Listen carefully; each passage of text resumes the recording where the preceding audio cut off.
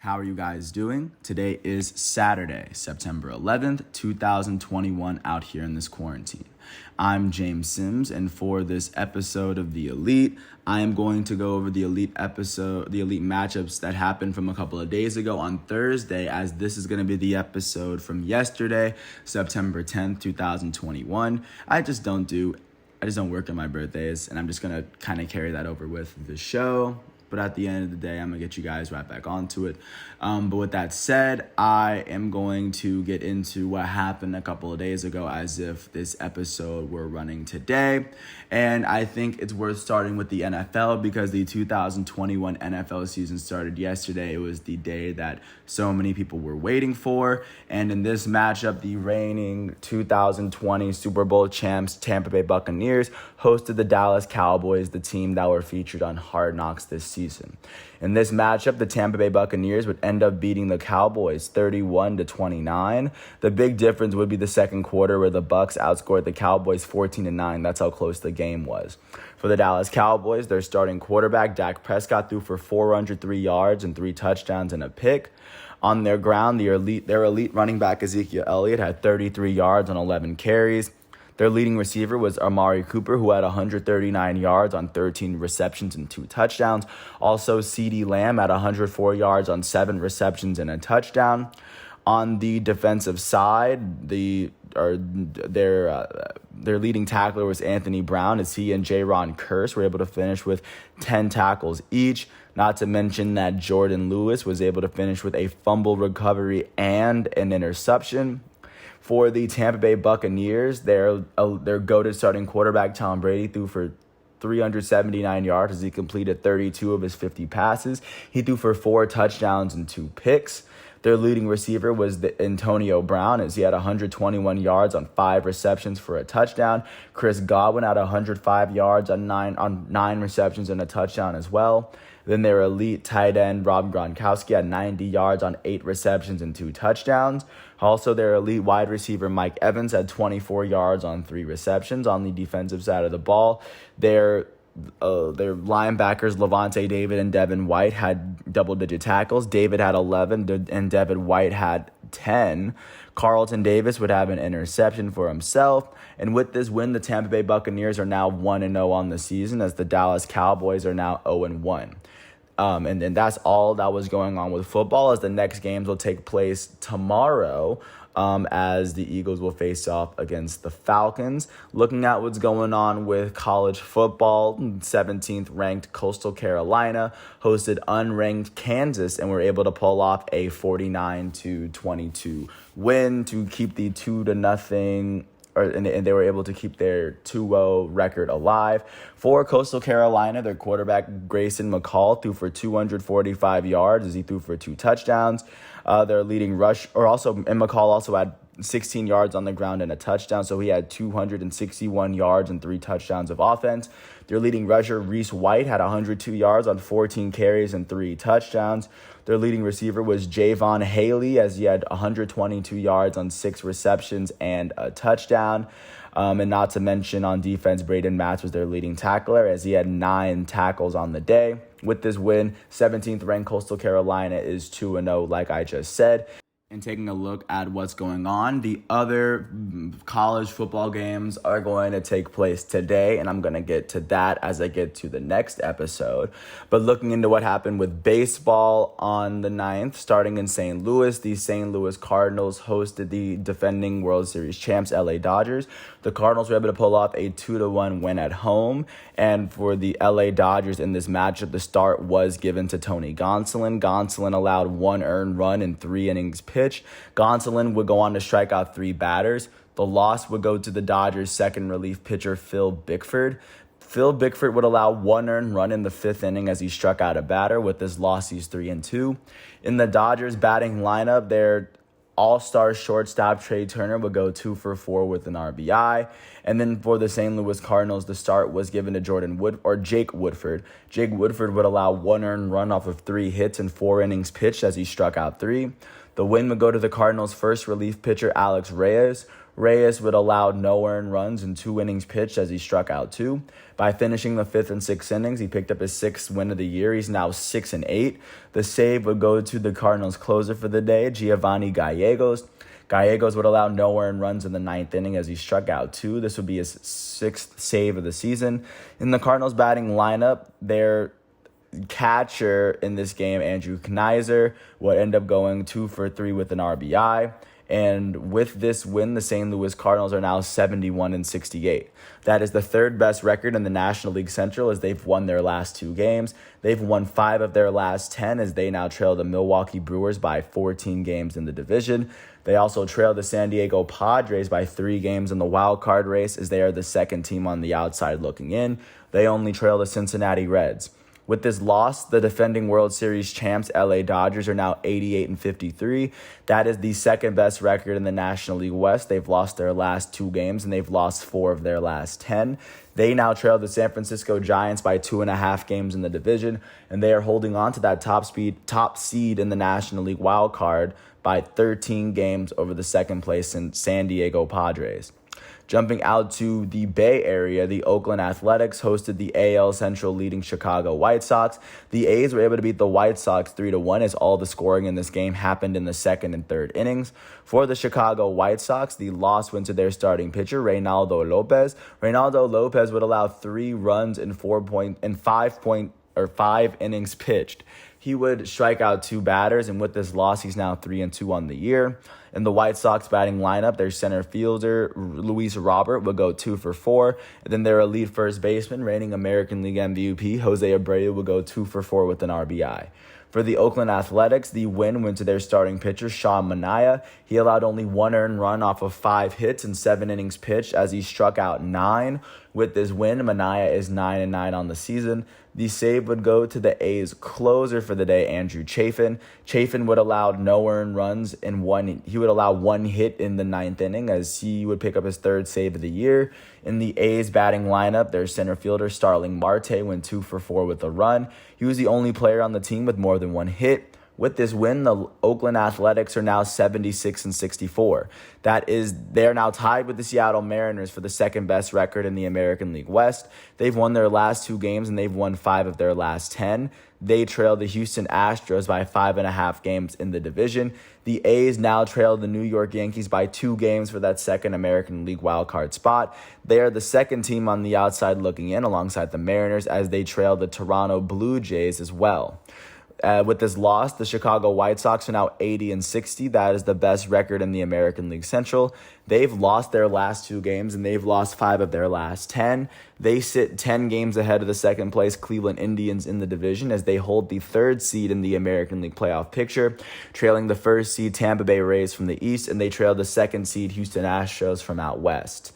Jumping out to Cleveland, the Cleveland Indians hosted the Minnesota Twins. The Indians were able to pick up a 4-1 win at home after the Twins scored the first run of the game. For the Minnesota Twins, the loss would go to their starting pitcher, Andrew Albers. Albers would allow 3 earned runs and 4 innings pitched as he struck out 2. With this loss, he's 1-2 on the season. In the Twins batting lineup, nobody on the team would finish with more than 1 hit. However, their first baseman, Miguel Sano, would hit his 26th home run of the season as he went 1 for 2 with an RBI and a run. That was the only run scored for Minnesota all day. For the Cleveland Indians, the win went to their starting pitcher, Cal Quantrill. He allowed 1 earned run off of 4 hits and 7.2 innings pitched as he struck out 5. With this win, Cal Quantrill is 5-3 on the year, and the save would go to Emmanuel Clase. He allowed no earned runs in the 9th inning, and with this save, he now has 22 on the season. In the Indians starting lineup, their left fielder, Harold Ramirez, would end up going 2 for 4 on the day. Additionally, their first baseman, Yu Chang, would end up going 2 for 4 on the day as well. Those would be the only 2 players with multi-hit games. Their elite 3rd baseman, Jose Ramirez, would go 1 for 3 with an RBI and a run as he hit his 33rd home run of the season. With this win, the Cleveland Indians are now 69-69. That is the 2nd best record in the American League Central as they've won 5 of their last 10 games. They trailed the Chicago White Sox by 10 games in the division as well. With this loss, the Minnesota Twins are 62-78. That is the worst record in the American League Central, as they've lost 5 of their last 10 games. They now trail the Chicago White Sox by 18 games in the division. Jumping out to Miami, Florida, the Marlins hosted the New York Mets, and the Marlins were able to pull off a 3-2 win. The Mets would score their first 2 runs of the game. They scored the first 2 runs of the game in the first 3 innings. Then the Marlins would score in the 6th, 7th, and 8th inning to give themselves the win. And of course, it would be a Jazz Chisholm home run that would give the Marlins the lead. That would help them run away with their 59th win of the season. For the New York Mets in this matchup, the start went to Marcus Stroman. He allowed 1 earned run off of 4 hits and 6.1 innings pitched. He struck out 7 on the day. The loss would go to Juris Familia. He allowed 1 earned run in the 9th inning, and in the 8th inning, With this loss, he's now 9-4 on the season. In the Mets batting lineup, their elite second baseman, Javier Baez, went 2 for 3 with an RBI and 2 runs as he hit his 29th home run of the season, as well as his 15th double. He was the only player on the team with more than 1 hit. For the Miami Marlins, the start went to Jesus Luzardo. He allowed 2 earned runs off of 2 hits and 5.2 innings pitched. He would strike out 8 batters in that span. The win would go to the Miami Marlins setup relief pitcher, Richard Bleier. He allowed no earned runs as he finished off the 8th inning. He just got 1 out. With his win, he's now 3-2. The save will go to the Marlins closer, Dylan Floro. Dylan Floro would allow no earned runs in the 9th inning as he struck out 2, picking up his 9th save of the year. In the Marlins batting lineup, their first baseman Isan Diaz would go 2 for 3 with a run, and then Jazz Chisholm's home run, that would be his 5th of the season. With this win, the Miami Marlins are also additionally for the Marlins, their catcher Sandy Leon would also go 2 for 3 as well. With this win, the Miami Marlins are now 59-81. That is the 4th best record in the National League East. They've won their last 2 games, and they've won 6 of their last 10. They trail the Atlanta Braves by 15.5 games in the division. And with this loss, the New York Mets are now 70-71. That is the 3rd best record in the National League East, as they've lost their last 2 games, and they've lost 4 of their last 10. They trail the Atlanta Braves by 5 games in the division. Jumping out to Baltimore, the Orioles hosted the Kansas City Royals, and the Royals would shut the Orioles out 6-0, allowing only 3 hits all game. For the Baltimore Orioles, the loss would go to their starting pitcher, John Means. Means would allow 2 earned runs off of 5 hits and 7 innings pitched as he struck out 5. With this win, he's now 5-7 on the year. In the Orioles batting lineup, nobody on the team would finish with more than 1 hit, and that would be attributed to great pitching from Kansas City. For the Royals, the win went to their starting pitcher, Carlos Hernandez. Hernandez would allow no earned runs off of 3 hits and 6 innings pitched as he only struck out a batter. With this win, he's 6-1 on the season. In the Royals batting lineup, their shortstop, Nicky Lopez, went 3 for 5 with 2 RBIs and 2 runs. He would hit his 2nd home run of the season for Kansas City. Also, their catcher, Michael Taylor, would go 2 for 4 with a run. And their right fielder, Hunter Dozier, would go 2 for 4 with 2 RBIs and a run. He would go on to hit his 22nd double of the season as well as his 11th home run of the season. With this win, the Kansas City Royals are 63-77. That is the 4th best record in the American League Central. They've won 4 of their last 10 games as they now trail the Chicago White Sox by 17 games in the division. And also with this loss, the Baltimore Orioles are now 45-94. That is the worst record in the American League East. That is the worst record in the American League, and it is the 2nd worst record in all of baseball. They have lost 5 of their last 10 games as they now trail the Tampa Bay Rays by 42.5 games in the division. That is the gap between the best and worst teams in the American League, which is slightly smaller than that of the National League. And also, the Orioles are one of 2 teams that have been eliminated from playoff contention alongside the Texas Rangers in the American League. Jumping out to Philadelphia, the Philadelphia Phillies hosted the Colorado Rockies, and the Rockies would end up beating the Phillies 4-3 after scoring 3 runs in the 9th inning. For the Philadelphia Phillies in this matchup, the start went to Ranger Suarez. Suarez allowed 1 earned run off of 5 hits and 6 innings pitched as he struck out 6. The loss would go to the Phillies setup relief pitcher Ian Kennedy. Kennedy would allow 3 earned runs and .2 innings pitched as he started out the 9th inning. This would be his 3rd blown save of the year, and with this loss, he's 1-1 on the season. In the Phillies batting lineup, their elite right fielder Bryce Harper would go 2 for 4 with an RBI and a run as he hit his 30th home run of the season. For the Colorado Rockies, the start went to Antonio Senzatella. He would allow 2 earned runs in 6 innings pitched as he struck out 3, only allowing 4 hits in that span. The Rockies' win would go to their second relief pitcher, Lucas Gilbreth. Gilbreth would allow no earned runs in the 8th inning as he struck out a batter. With this win, he's now 1-1 on the season. The save would end up going to the next pitcher for Colorado, Carlos Estevez. Estevez allowed only 1 earned run in the 9th inning pitch as he struck out a batter. This would be his 6th save of the season. In the Rockies batting lineup, their third baseman for the day, Colton Welker, would end up going 2 for 4 with an RBI and a run. Additionally, their right fielder, Jonathan Daza, would end up going 2 for 3 for himself. With this win, the Colorado Rockies are now 64-77. That is the 4th best record in the National League West, as they now have won 4 of their last 10 games. They trail the San Francisco Giants by 26.5 games in the division. With this loss, the Philadelphia Phillies are now 71-69. That is the 2nd best record in the National League East, as they have now lost their last 3 games, and they've lost 5 of their last 10. They now trail the Atlanta Braves by 33.5 games in the division, and they trail the San Diego Padres by 3.5 games in the National League wildcard race. The Phillies are the first team on the outside looking in, as they trail the Cincinnati Reds and the St. Louis Cardinals as well. Jumping out to New York, the New York Yankees hosted the Toronto Blue Jays, and the Blue Jays would end up beating the Yankees 6-4, as both of these teams are competing for that last wild card spot. For the Yankees in this matchup, the start was given to their starting pitcher for the day, Nestor Cortes Jr. Cortes would allow 2 earned runs off of 6 hits and 6 innings pitched as he struck out 5. The loss would go to the Yankees' first relief pitcher on the day, Sal Romano. Sal Romano would allow 1 earned run in .2 innings pitched as he struck out a batter. With this loss, he's now 0-2. In the Yankees' batting lineup, their elite right fielder, Aaron Judge, went 3 for 4 with a run for the day. Additionally, for the Toronto Blue Jays, the win went to their starting pitcher, Jose Barrios.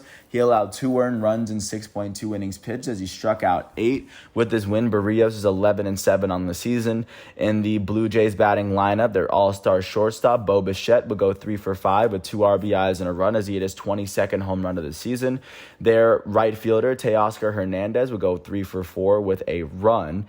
Additionally, their elite first baseman, Vladimir Guerrero Jr., would go 1 for 5 with an RBI and a run as he hit his 42nd home run of the season.